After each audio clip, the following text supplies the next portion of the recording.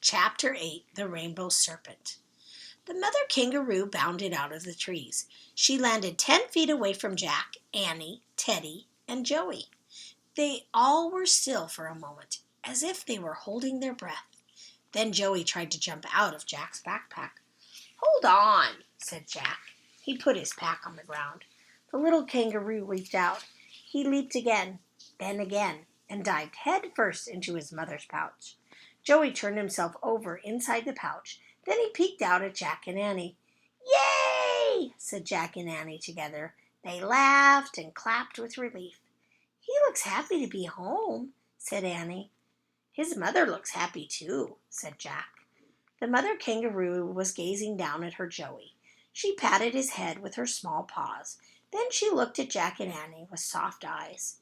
"She's saying thank you to us," said Annie. "You're welcome," Jack said.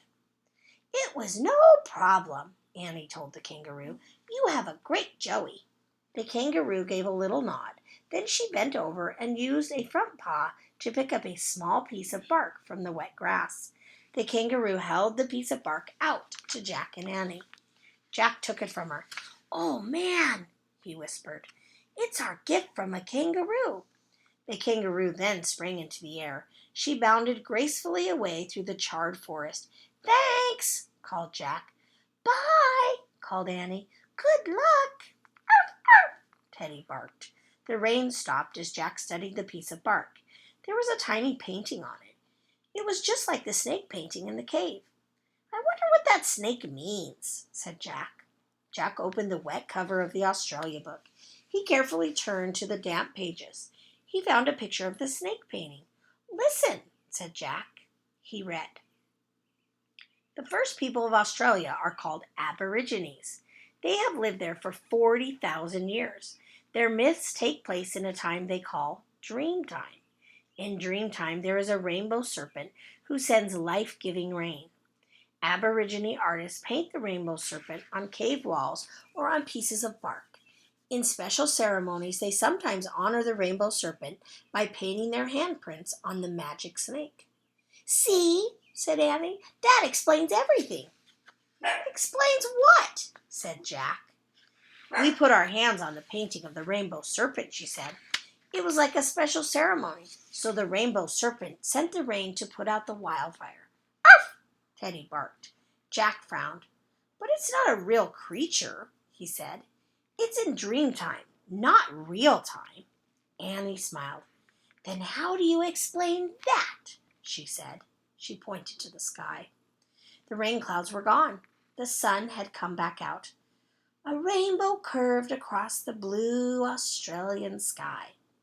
"Oh, man," whispered Jack. Though the air was warm again, he shivered. "Teddy led us to the painting," said Annie. "We should thank him." "How did he know about the rainbow serpent in the cave?" Jack asked. "I told you," said Annie. "He has a touch of magic." They looked down at the little dog. Teddy tilted his head and seemed to smile. "Hey, we have all 4 gifts now," said Annie. "Oh, yeah," said Jack. "Let's go home and see if Teddy's spell is broken," said Annie. "Arf, arf." Jack put the bark painting and the Australia book in his pack.